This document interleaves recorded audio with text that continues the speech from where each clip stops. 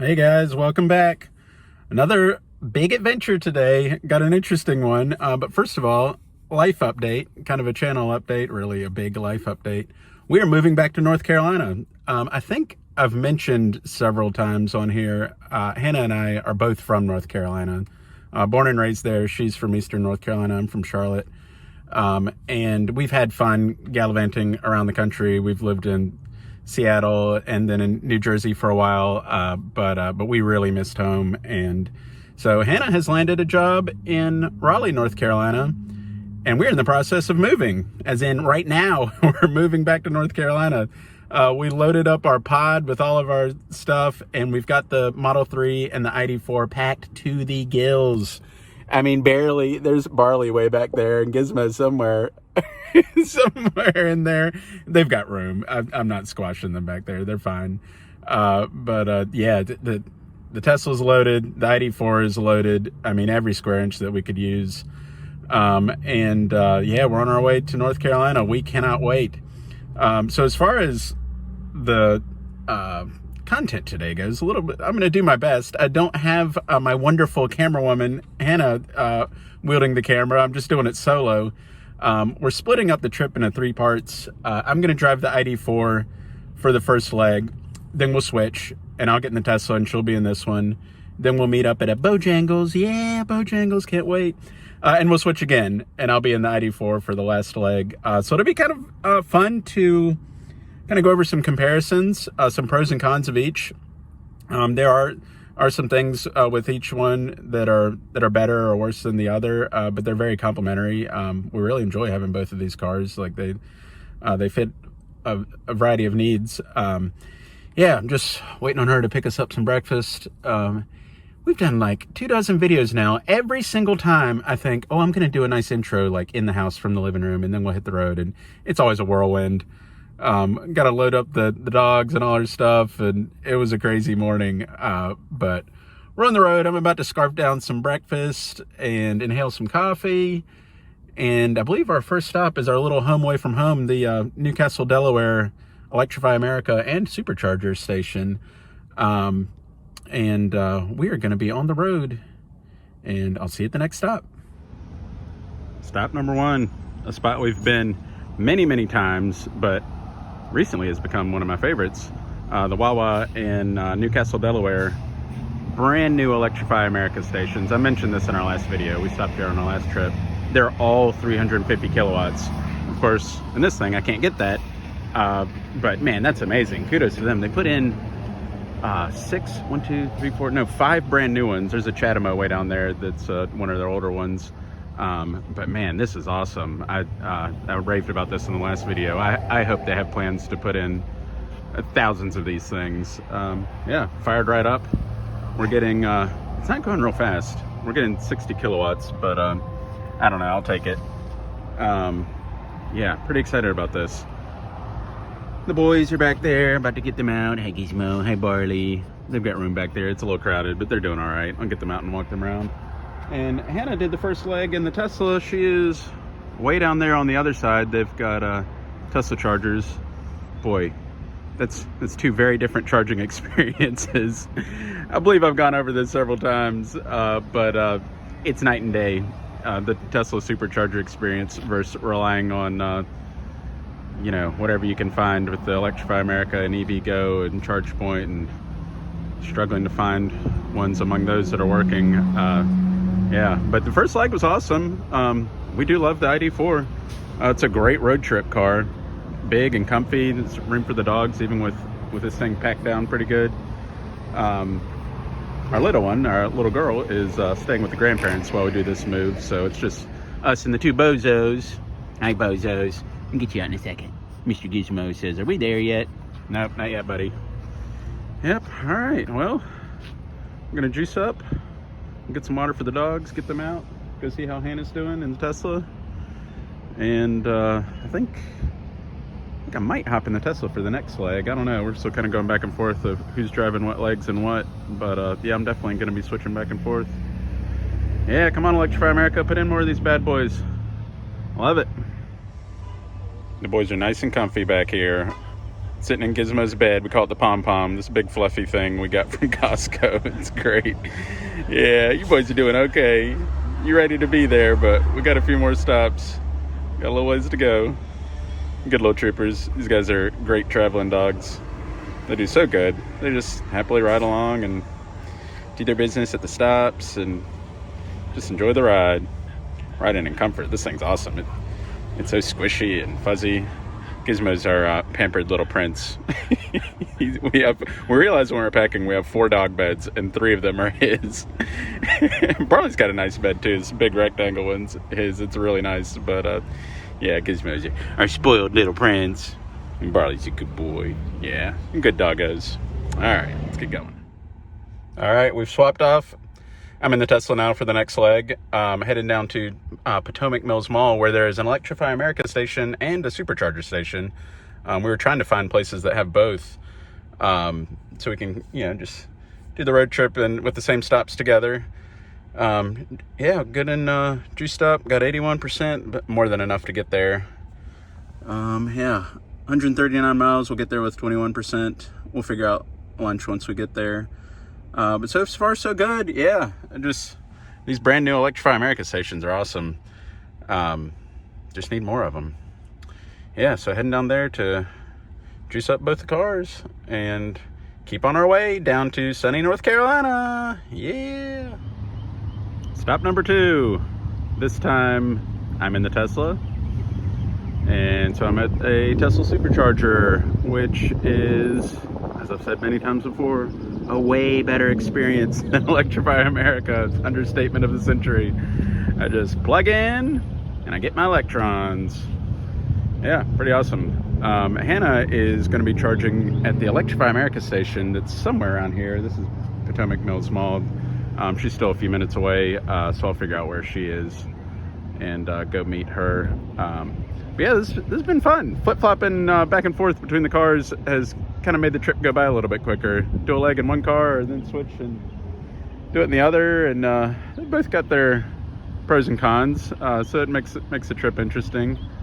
Boy, we got these things loaded down. We're being safe. We've got visibility. We don't have it like packed all the way to the ceiling, so we can see around. But boy, yeah, we're loaded down. Cannot wait to get there. So I'm gonna see where she is, see where the Electrify America station is, and help get the dogs out. It's been a nice day. It's warming up. It's like 90 degrees now. We're not in New Jersey anymore. Although it gets hot up there too, but oh man, I gotta get used to those sweltering North Carolina summers again. All right, I thought while I'm sitting here getting the car filled back up with electrons, I might, since we're flip-flopping back and forth between the cars, might be a good time to talk about pros and cons, kind of comparing them, because this is sort of a unique road trip, flipping back and forth between the cars. It's been a lot of fun. I've really enjoyed it. The Tesla and non-Tesla experiences are very, very different, and these two vehicles are very, very different. And I'm not going to get into the weeds, just sort of like a basic overview of pros and cons. I'm in the Model 3 right now. I love it. I'm a big fan of Tesla, and I think they're the best product out there as far as EVs goes. But there's some stuff that there's pros and cons when you compare it against other stuff. A couple of little cons. A little dependent on your perspective. I really noticed on the highway, and I think this has gotten better with recent models, the cabin noise. Like hearing the wind is pretty brutal in the Model 3. This is a 2019 Model 3, and I think they've since improved it considerably. But man, yeah, I'm listening to my podcast and I've got to crank up the volume. The wind noise is like you're in a fighter jet or something. It's not that bad, but in comparison to some other cars, it's pretty bad. I think in 2019 they hadn't quite figured that out yet. And like I said, as I understand, it's gotten better. Also, the suspension is not incredible. You feel the bumps. It's another thing that I think has gotten better. This is a 4-year-old car, but not a super smooth ride. It's comfortable, but I'd say the ID.4 is a little silkier. And then another thing, not exactly going to notice on the highway, but just as far as driving experience goes, the turning radius is not great on the Tesla. The ID.4, man, it like spins like a top. It's incredible, the turning radius on that. And our little BMW i3 that we had was the same way. And any engineers out there can help me out on this. I don't really know the mechanics of it, but from what I've been told, and I don't know how true this is, you can either have a frunk and not very good turning radius, or you can not have a frunk but have incredible turning radius. And it kind of makes sense. You know, up there they've got the great big frunk, and so that's sort of, I guess, taking up space where the wheels could turn in more tightly. I don't know, but the turning radius is not good, and I have to remember that, because the ID.4, even though it's big, it's a great big boat of a car, man, it spins on a dime, and I can turn in some pretty tight spots in that thing, whereas in the Tesla I can't. Yeah, just thinking of stuff driving experience wise off the top of my head, some pros and cons. Yeah, so cabin noise in the Model 3, suspension not great, you're gonna feel the bumps, turning radius isn't great. The pros are amazing though. The charging experience is so stress-free. Oh my God. First of all, you just punch in your destination and it automatically shows you on the map where you're going to be stopping to charge. You pull into a 12 stalled supercharger. They all work. You just plug in and it knows it's your car, and it, you know, charges you. It's, you know, it's not free, and it's totally seamless. There's no fiddling with an app. There's no, well, there's only 4 here and only 2 of them work, and, you know, do we wait in line or do we go find another one? Oh my God. It's so nice. It's so nice. I will say that alone would keep me in the Tesla ecosystem. It's incredible. So the charging experience is way better. The software, it's just night and day. It's so much better. The user interface is way better in the Tesla. It's getting better in the ID.4. We got the recent software update, and it's gotten a little bit better, but man, they're years behind Tesla. I don't know about years, maybe years behind them. It's crazy, the software lead Tesla has, not just in like functionality of the touchscreen and like all that kind of stuff, but also the self-driving. You know, the ID.4 has self-driving on the highway. The Tesla's got it, you know, hands on the wheel autopilot type stuff, but it's just so much smoother in the Tesla. So all said, yeah, there's pros and cons to each, but man, the pros in the Model 3, they're pretty big pros. All right, I'm getting close to being juiced up. I'm gonna go find Hannah. She's on the other side of the mall charging at the Electrify America. Hopefully, yeah, I think she said they're working. I was gonna say hopefully they're working, but it sounds like they are. Yeah, getting kind of busy at the Tesla charger. Well, not really, but a couple people have pulled in. Yeah, I will. I guess I'll see you guys at the next stop. Last stop, charging stop number 3, Richmond, Virginia. This is a nice station. 1, 2, 3, 4, 5, 6, 7, 8 chargers. Yeah, nice, and they look fairly new, not brand new. It's still the old style with the 2 different cords on it, but it's charging pretty quick. I'm getting 90 kilowatts. I'm back in the ID.4. Yet another little buggy issue. You know, I've said many times this car is great, but it's a little buggy. The slider, like making the fan on the AC get stronger, just didn't seem to be working, which wasn't ideal. It was working earlier and it's working now, but there for a while I had to roll the windows down on the highway to cool us all off. Poor Gizmo back there was panting, and I mean, we were fine. It wasn't any kind of danger, but it got uncomfortable. There was cold air blowing out, but it just wasn't, the fan wasn't increasing. I'd hit like the up button to increase the fan speed, and just nothing did it. So I powered, there's individual power for the AC. I powered that off and back on, and it seems to be fine. Yeah, software. I'm telling you, I say it until I'm blue in the face. It's all about software with these cars. They're computers on wheels. You're basically just driving around a computer. That's it. The similarities between this and an ICE engine car pretty much end at 4 wheels and a windshield and a few doors. Oh man, this has been a good trip. It definitely has gone by quicker breaking it up with switching off on the cars. I'm gonna stay in this one for the last leg. Hannah's got the Tesla, and there wasn't also a Tesla supercharger here, so we just figured we'd just meet up at at the last destination, at our new home in North Carolina, which we're really, really excited about. It's been 4 years. We've been moving around the country.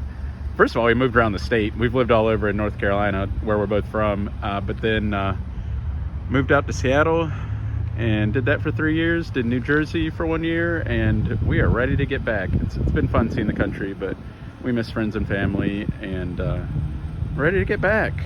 So, psych, not done yet. It's still going. I don't need any more charge, but Hannah stopped. The Model 3 that we got, it's a base model and only has a range of about 195 miles, well, 200, right at about 200. Whereas on the ID.4, we've got about 250. So no big deal. Did one more stop, and this is interesting. I was looking at the chargers here. It's an interesting layout. So right here, they're spaced out normally, you know, one per spot. Then there's over there, I don't know if you can see, there's a pull through where you just nose in, but just one of them. That's interesting. Then over here, we were looking at this and we were like, God, they're really crammed together. These are spaced out. That one's crammed together. And then I realized it's actually for the spots behind it. So there's these spots and the one behind it. It's a great location. I wonder if it's new. They look, I don't know, for some reason they look new. 1, 2, 3, 4, 5, 6, 7, 8, 9, 10, 11, 12. Yeah, there's 12. There's usually 12. I don't know. It looked like more because those down there are all crammed together, but not really crammed together. It's for the spots behind them. Yeah, 94 is just hanging out. I'm gonna get the dogs out. And also, there's a Bojangles here. I'm about to destroy some Bojangles. Probably gonna just throw my wallet on the counter, pull out all the cash and cards and say, give me one of everything.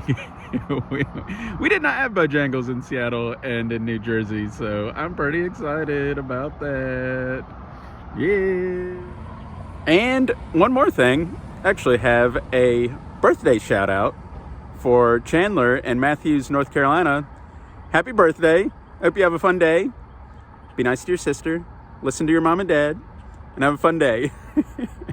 And with that, I think we're out of here. Bye.